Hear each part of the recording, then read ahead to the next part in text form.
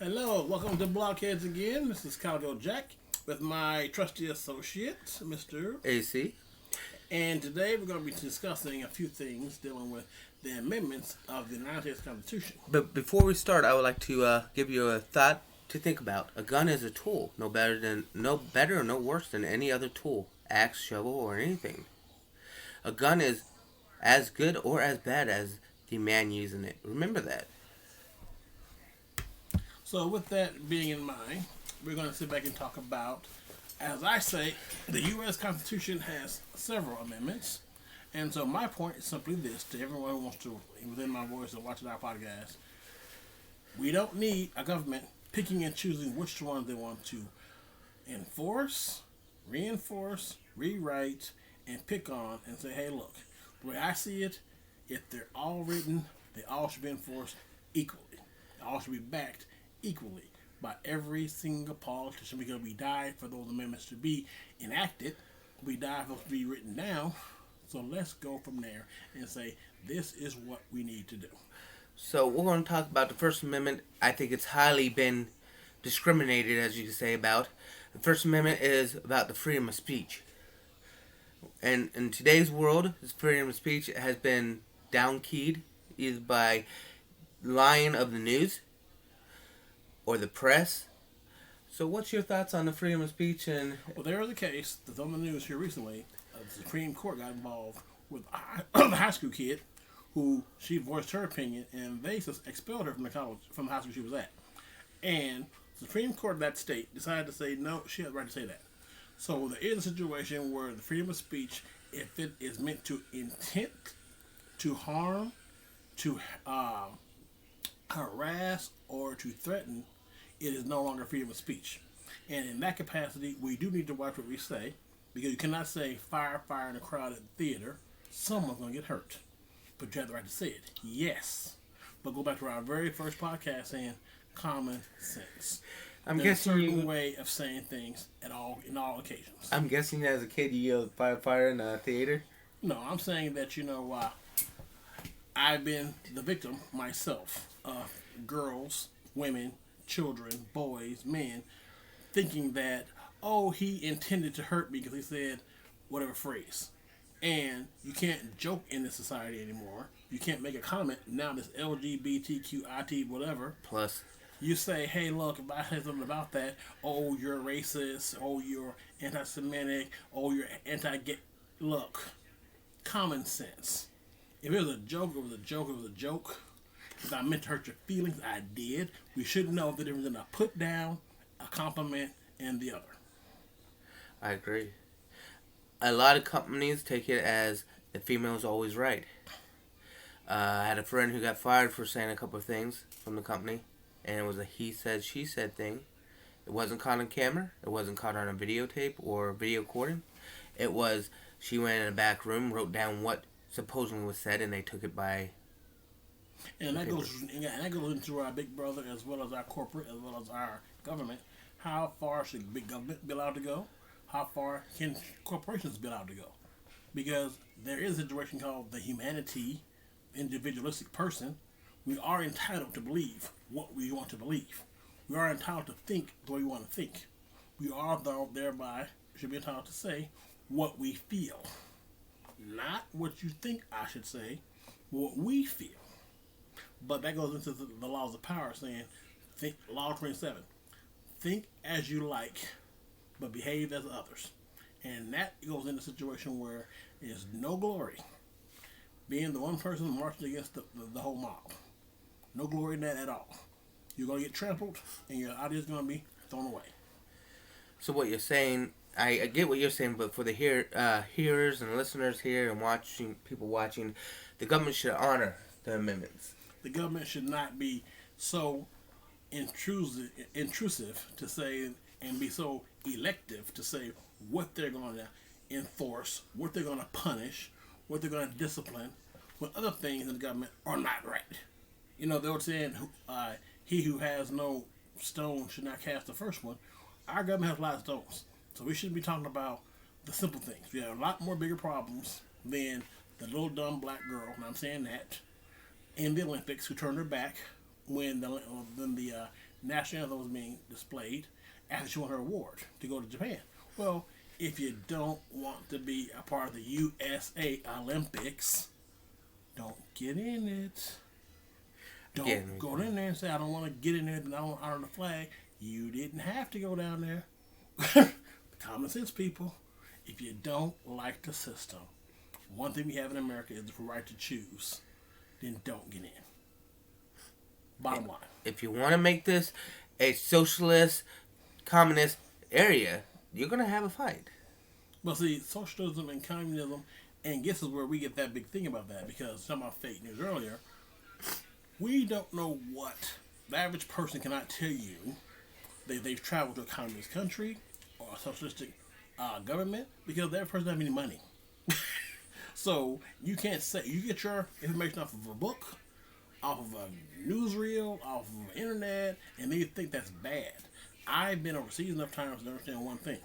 Not every country in the world can live in a democracy. Period. Not every country. We not always need to have somebody saying we all need to vote. Not every country can live that way.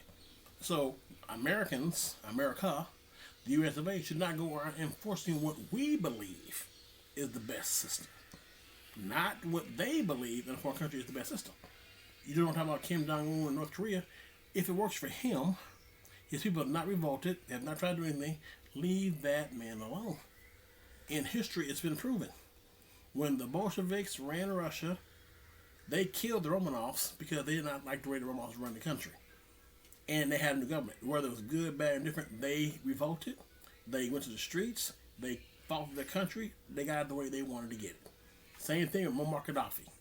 They killed him on national TV, CNN. They got tired of Muammar Gaddafi. They got tired of Libya living under his thumb. People rose up, and they stopped it. That's how change is actually done, people. Period. Well, I wasn't going to go about and say, let's go revolt, but, No, I'm not saying revolt. I'm saying that's how it's happened in other countries. So America should understand that, Americans should understand that we get more freedoms here than anywhere else in the world. Enjoy them, respect them, don't try to dictate them to somebody else. Period. I shouldn't tell my co-man here what to think, how to act, what to feel. I should respect what he thinks, how he acts, and what he feels. See, the good thing about us two is we don't take offense about what we say to each other. That's supposed to. You're adults. We're grown-ups now. And so, as I say, as being an adult, you have to say that, hey, when do you draw the line when you say mom and dad, grandpa, uncle, when do you take responsibility for yourself? This is what you believe. This is what you're going to do. This is how you're going to act.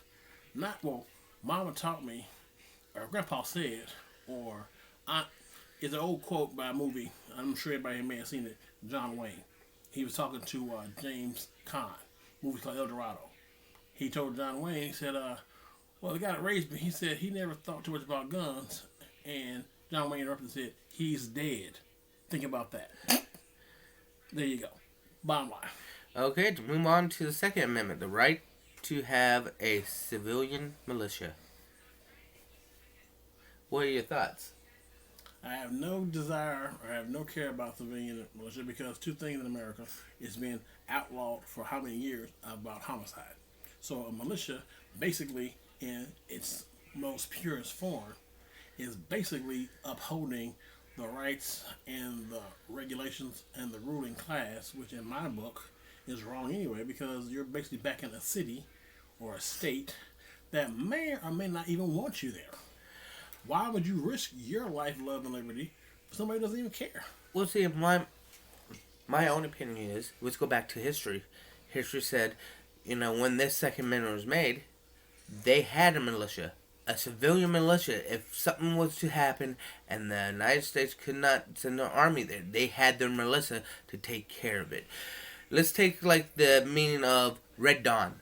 Okay, but see, that in that context, there was an imminent threat. There was an actual possibility of an attack. That has not existed in this country in the last 65 years or longer.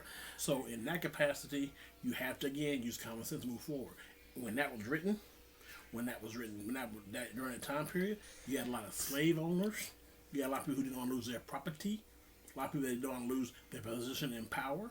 So yeah, they formed something just to make sure that they did not get in a situation they couldn't get out of. That has long since been over. I'm a Machiavellian. I understand that Machiavelli said, like great rivers, like great men, they can be controlled with time and patience and intelligence. Yes, but the government is not here to control us. And that's where you're coming from. No, Where I'm coming from, I'm coming from saying you can control the militias, the governments, the people, the water, the rain, if you use intelligence, you think about the situation, you strategize, and you put a plan into motion. That's Machiavelli in the purest form. So back to where I was going from, Red Dawn. 2 different countries attacked the United States. A lot of the troops were out of country. So what happened? They had to bring up a militia had to be brought up. They made their own militia to take back their states, their country. The fact is, just because it's outdated, it doesn't mean it's still not liable still today. No, I'm not saying not liable. Liable is saying that, yeah, you still understand that who was responsible, that's fine. But the question you have to ask yourself is that an imminent threat? Are you really going to live in Beirut in the United States of America? Answer that question simply no. And see, in contrast to that, that's where your tax dollars are being enforced to have your National Guard, as well as your police officers, as well as your emergency response teams. So, if there was an imminent attack, you got 3 lines of defense that's there on the books no matter what. In every state in the Union, there's National Guard. In every state in the Union, there's 20,000 or less or more who are not doing anything but working a part-time job and going to the drills once a month. If they're called upon by the governor, which we had in catastrophes through tornadoes, tornadic activities, they show up. So there's no reason to have a militia when you have on your tax dollars already. You're already paying. Now, in my book, I personally believe you should have as many weapons in your house as possible. Of any kind? Of any kind. Does that I include... don't mind having bazookas. I don't mind having forces. I like weapons, and I think with the right hand, the right responsibility, I believe in them. I believe 110% of them. What do you think about kidding? Nothing wrong with that. In my book. But my book is a little bit different. Because I say that, if the responsible person is there, if the man knows what he's doing, I'm all good for it. In the Constitution, it says that, in a way, that the people as a whole have a right to overthrow the government if they are over being the government. Being the case is, if you're taking our weapons away, if you're taking our right of the Second Amendment away, if you're taking our rights to have stuff like guns, ammunition, you're taking our right to, if you're not doing right as the government, you are for the people and by the people, not for yourself and by yourself. Being that the case, if the people do not like you, we have a right to overthrow you and put someone else in play. That done. We'll take a 5-minute break. We're back, and as you heard in the last little tidbit there, my only comment on that, my final thought, because of where we live at, we have a situation called voting. And if you get somebody in Congress or in your state Senate or in your U.S. Senate or your U.S. Congress that does not represent your vote, your desires, or your way of thinking, vote. The government in this country cannot take anything unless you put somebody in there who's your state senator, your governor, your mayor. That's when they get the power. We, the people, still have the power. It's called walking to the stands, voting for the people that want to represent you and your desires. Not sitting back on TV, watching TV, and saying, I want my rights, but you're not going to go vote for them. Or actively participate in your own local government and state and federal. When that starts happening, you'll be surprised how many times you won't be having to say the government cannot take anything, because you'll put people there who are worth something, who care about you, care about what you believe. My final thought. My final thought is, it doesn't matter who you vote in, because you're still going to get a rat if you vote in a rat. The government doesn't care about you, because if they did, they'd be doing better than what they are now. Until then, we'll see you next time. Please comment, like, and subscribe.